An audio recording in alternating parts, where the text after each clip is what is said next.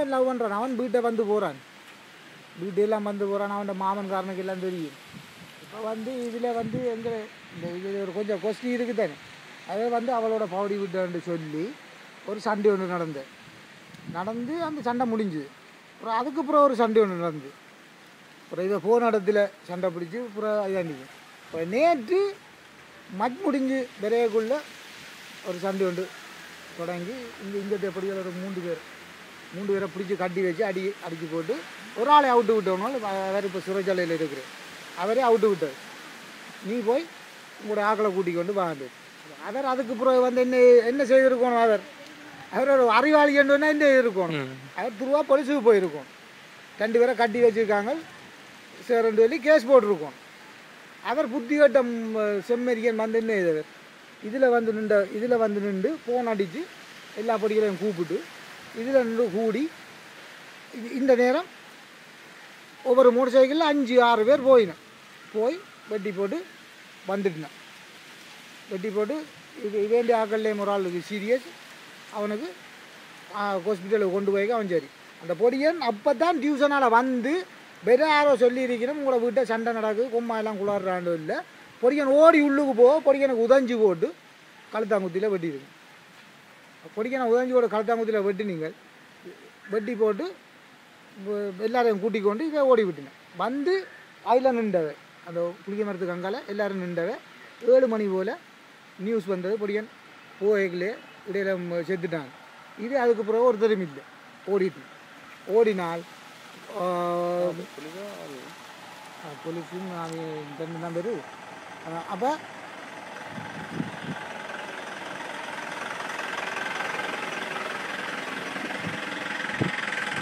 அப்போ இதை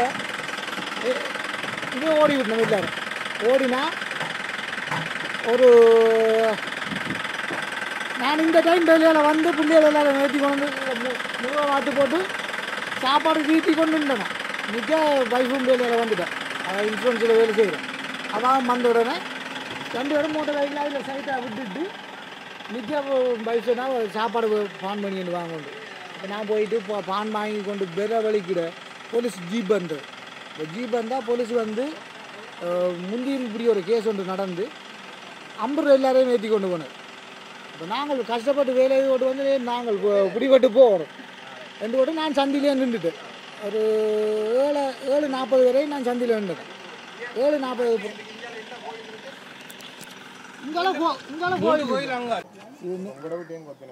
எங்கட வீடு அவனை வந்த இடத்துல இதில் எங்கட நாங்கள் சம்மந்தப்பட்ட ஆக்கள வீடு மட்டும் இல்லை, எல்லாத்த வீடும் கொத்தி இருக்கிறோம்.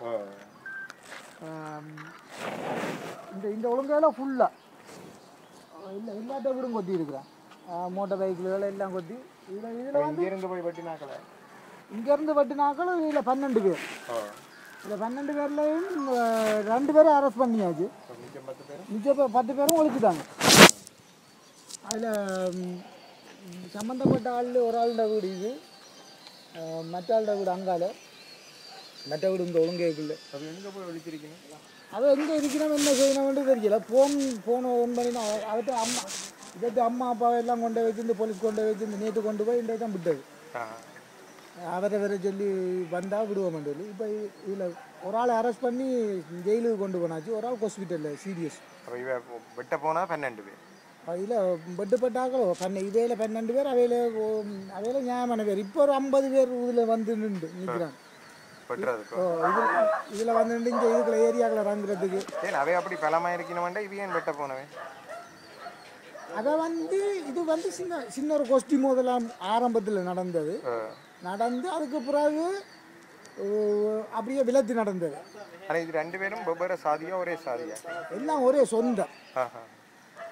இதுக்குள்ள வந்து இதில் ஒரு கொஞ்சாக்கெல்லாம் வேறு, இதுக்குள்ள ஃபுல்லாக எல்லாம் நாங்கள்லாம் இதில் ஹோண்டாவில் அங்கால எல்லாம் ஃபுல்லாக இப்போ செட்டாக்கள் எல்லாம் அங்கே ஒரே சொந்தம் தான். எல்லாம் கொண்ட சௌரங்கள்லாம் இவ்வளோ ஆழமும் ஒரு பிரச்சனையும் இல்லை. இப்போ ஒரு சின்ன மட்டங்கள் இருக்குதான், அவனுகள் வளர்ந்து தான் இந்த தண்ணிகள் அடித்து இந்த குத்தியில் இருப்பினும் இந்த பான் பிராக்கு அந்த பாக்குகள் போடுறது, கஞ்சா அடிக்கிறது, இதையில் எங்களுடைய ஆக்களில் பிள்ளை இருக்குது. என்ன செய்தாலும் இவ வந்து அங்கே போக வேண்டிய அவசியம் இல்லை. இன்னொரு கிராமத்தில் போய் வெட்டக்கூடாது. இப்போ அங்கே பிரச்சனை நடக்குதுன்னு சொல்லி இருந்தா இவ விலத்தி நடக்கலை. சரியான ஆக்கலன்னு சொன்னேன். இதுக்கெல்லாம் வயசுக்கு மூத்த ஆக்கள் எல்லாம் இதில் சேர்மதியாக இருக்கணும்.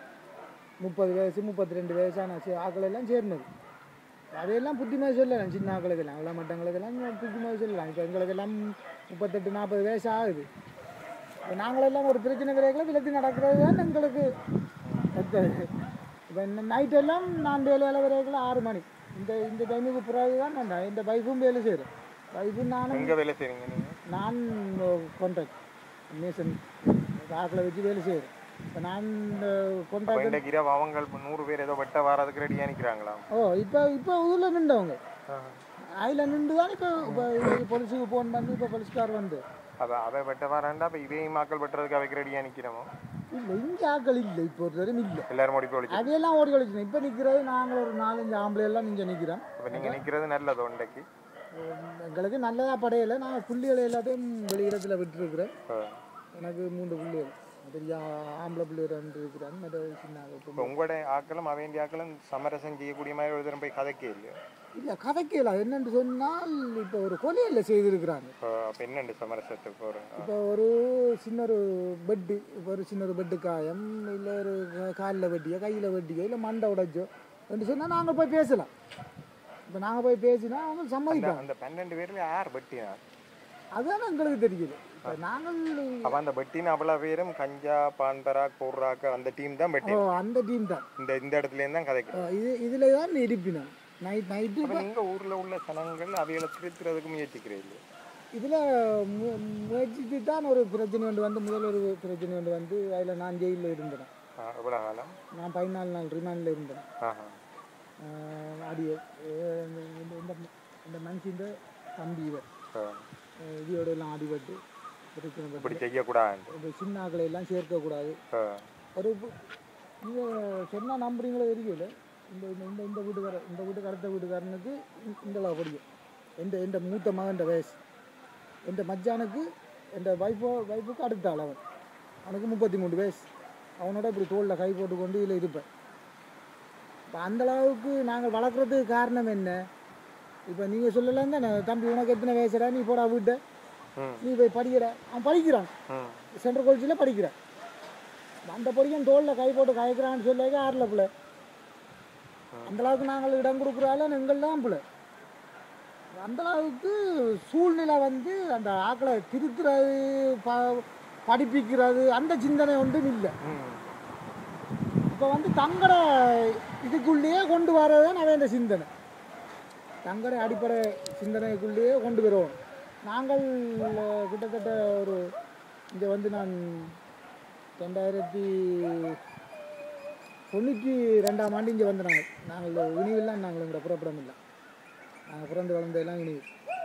இங்கே வந்து வந்தவங்களோட